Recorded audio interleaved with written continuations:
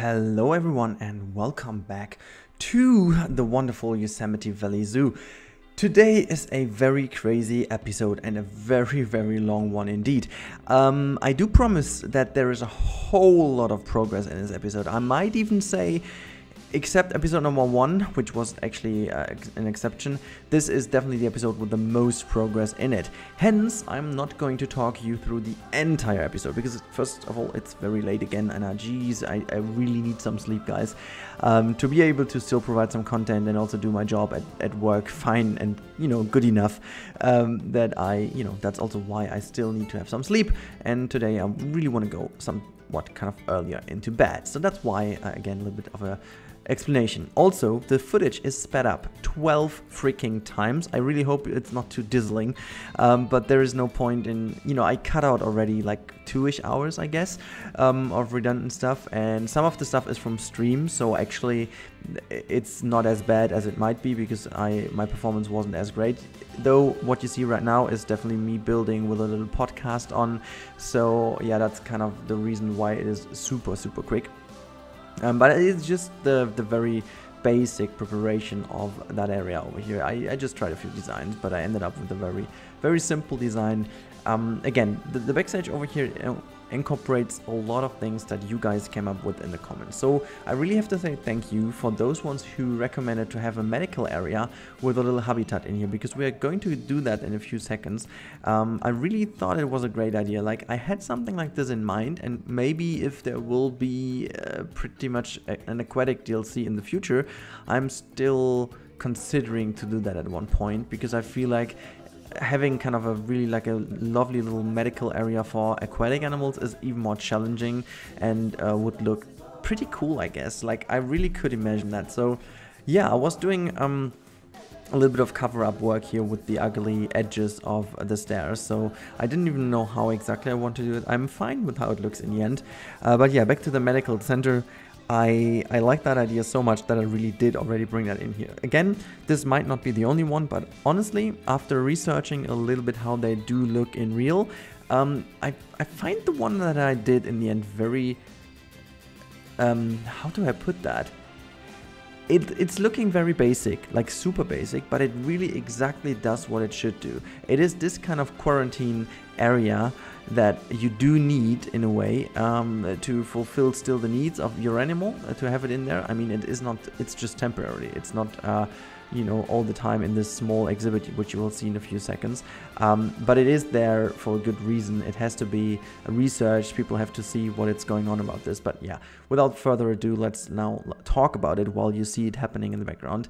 Now the game actually, oh god, the game just made me cry a little bit again here. So I had a lot of struggle with putting, yeah, you will see that now. I will try to put that door exactly into the door frame. I should have done the exhibit first and then the door frame, and not the other way around. I was struggling so much, but eventually I got it done and it looked nice enough to be happy. It just was so weird that I just decided to do it as long as I needed to until I've done it, because it was so important to have it over there. And yeah, so here you can see this is the little exhibit that we do put in here, and then I put also a little bit of a kind of car stop, if you will, and somewhat of a storage area, which is right next to here. So we will connect this road, and maybe we are going to make the road look less blocky than it is right now. It honestly also is just put in here to make sure that it kind of fulfills the purpose of giving us an idea that there should be a road. But I'm always like a big fan of organic roads and not this kind of grid blocky design. It has like an advantage, obviously, because you can use the grid system of the path and make it a little bit less of a pain to do, which still is a pain, but it's a little bit less of a pain. So I can deal with that in a way better way. Now, here you go. This is what I meant. This will be the little storage area, and I wanted to go. I got the design idea from this thing is, it's a bit different. Like you have all these blocky, grayish, very simple looking backstage buildings. It is very much very simple, and that's what we want to go for. You know, you don't want to put that much money into having these areas. We might just want to have a little bit of a work that we need to put in there to make them look a bit more believable by just putting down more props and to put him just down some more garbage and make it look a bit more jank here and there. But overall, it will stay that blocky, and that's it. But I wanted to have something more or less a bit more organic, which is a bit nicer, and they would have built this out of materials that you find in this area a bit more. So here you go. This is actually just a little wooden design of, it's more or less like it's kind of a carport, if you will, or it's like just a little pavilion style thing. I kind of you know, imported a second layer level roof design here, so that you do have this open roof, which gives you this more or less like lush design, while you have then the kind of closed off roof below, because you want to keep that stuff dry. You know, you don't want to have the jeeps filled in with rain and stuff. So yeah, now what I also did, as you can see, I did some road markings, but again, they might just be temporarily because I might just change the road anyways.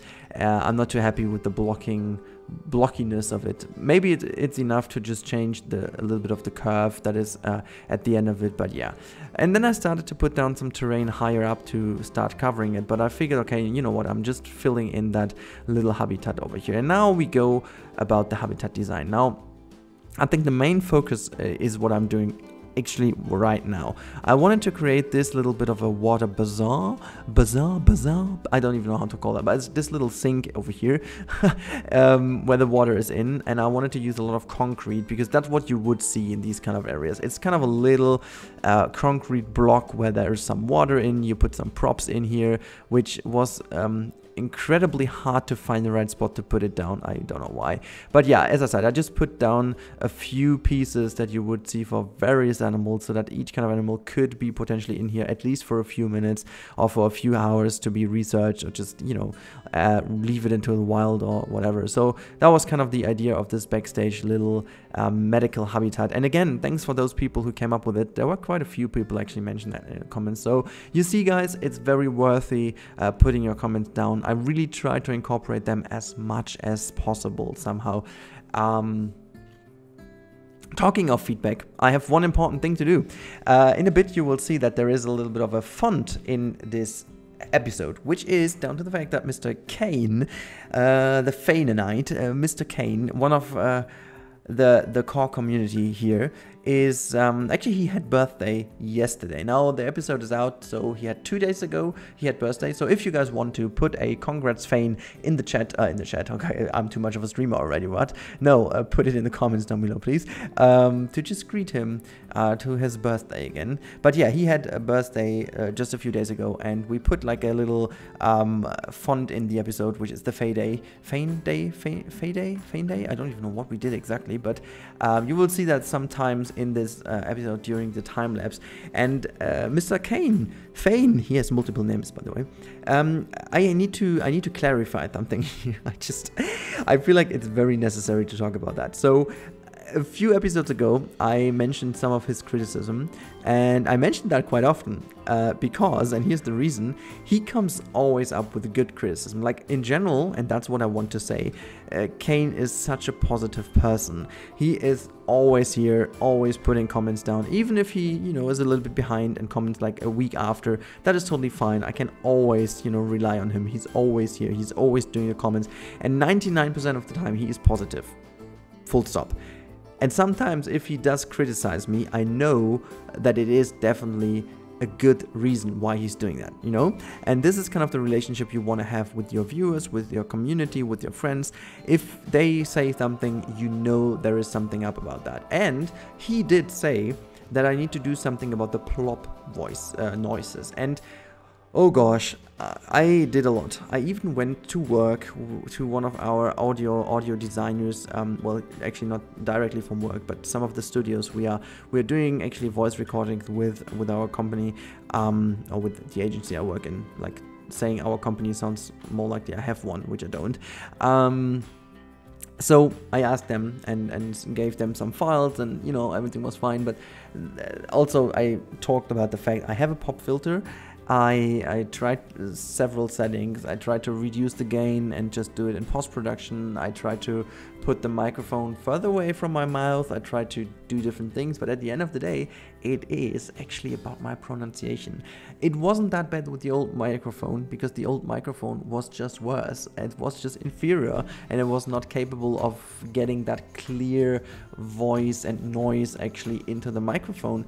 And hence, actually, you couldn't really, it was there. If you listen back to old videos of mine where I used the old microphone, you can still hear the pop quite honestly a bit, but you know, within the overall worse audio quality, it wasn't maybe not that obvious as it is right now. So it is about my pronunciation. I really have to take care of that a bit more. And at the beginning I was a bit, like when he told me, I was a bit down, because that's the hardest thing to do. If it's not about technology, it's about yourself. You have to fix it.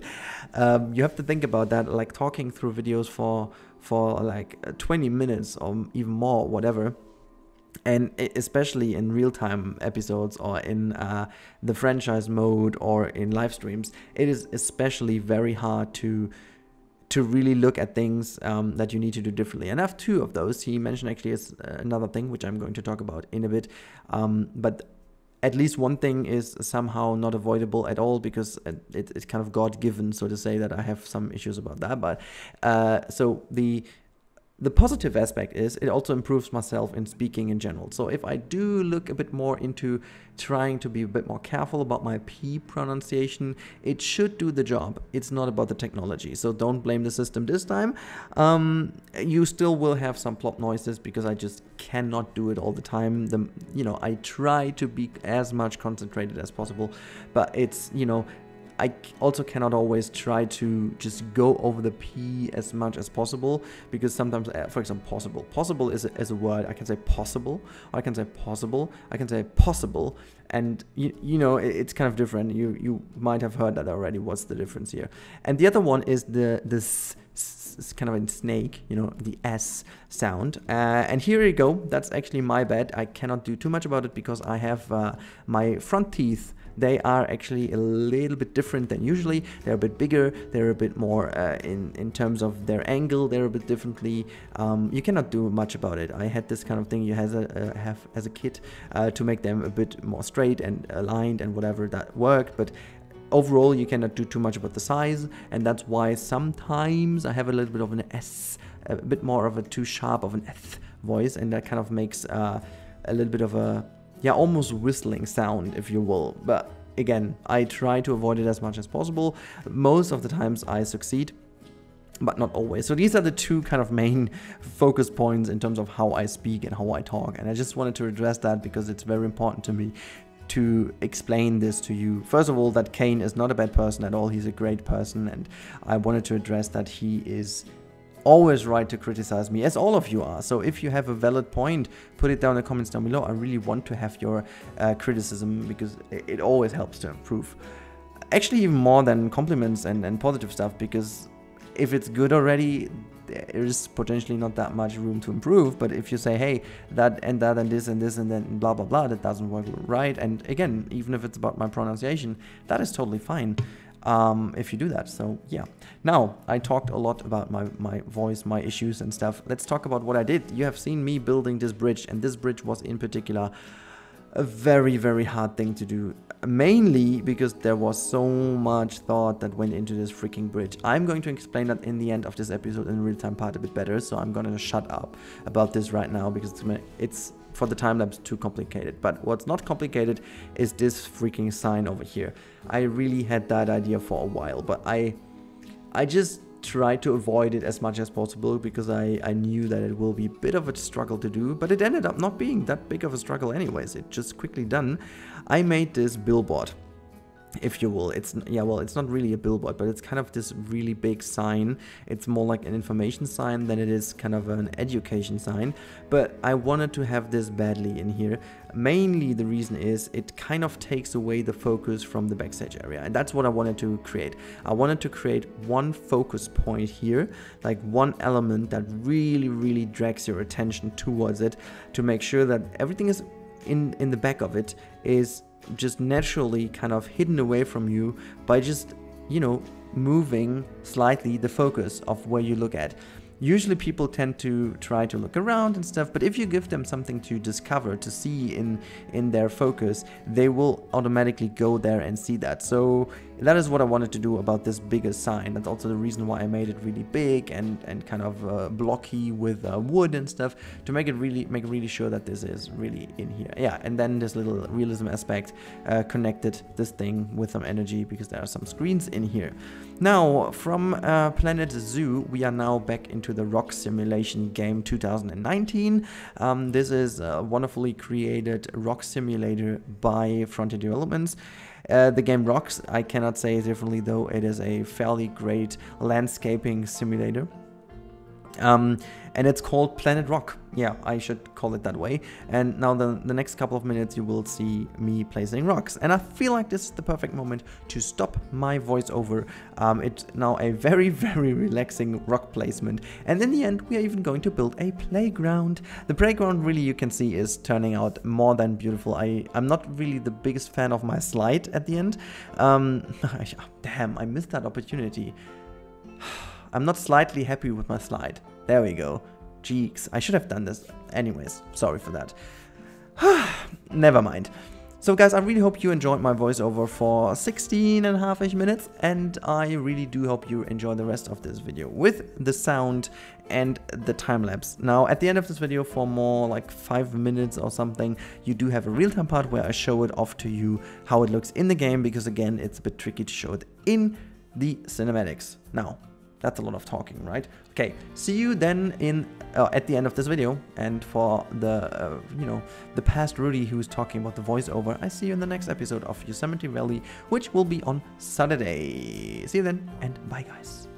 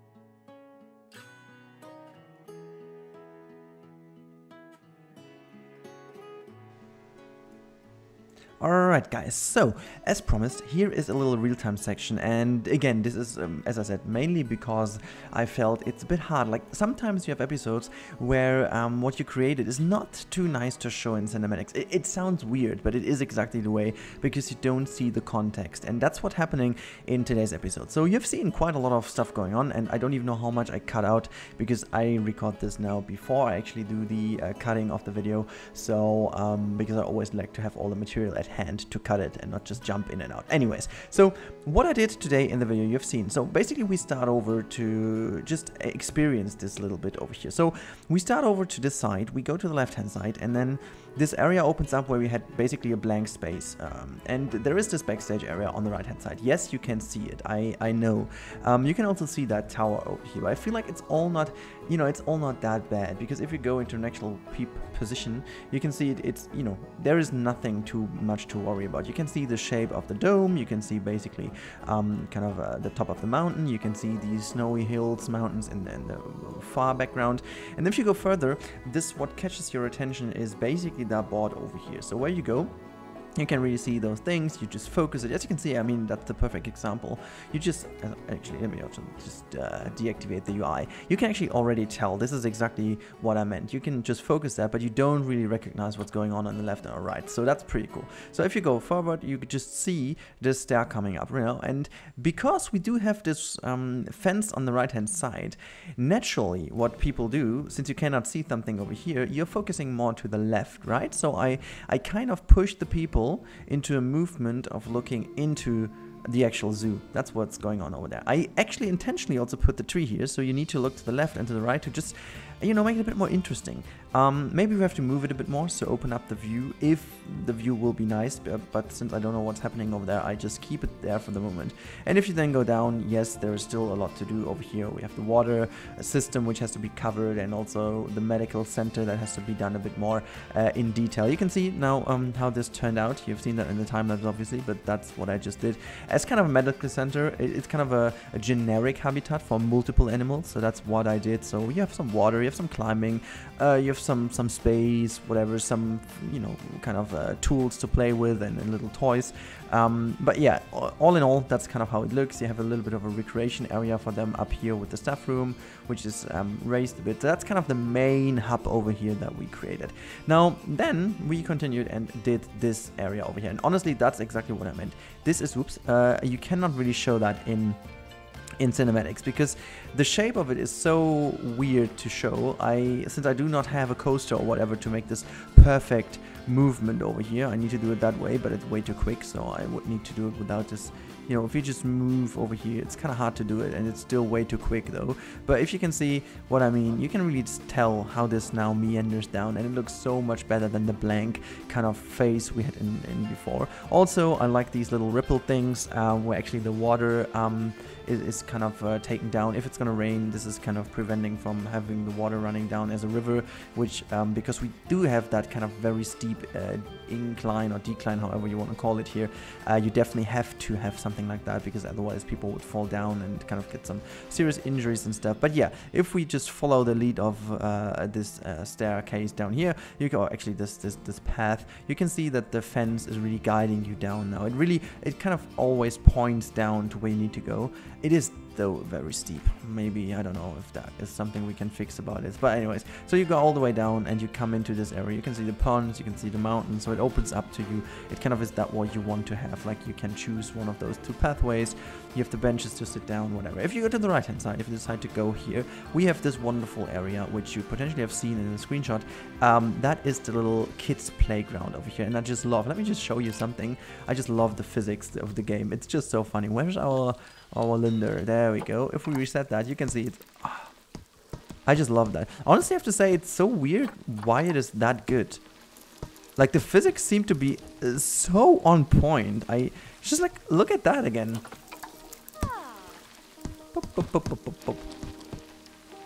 That's so weird, and almost like the little knuckle against here. It's kind of very, very nice indeed. Anyhow, so that's what I did over here.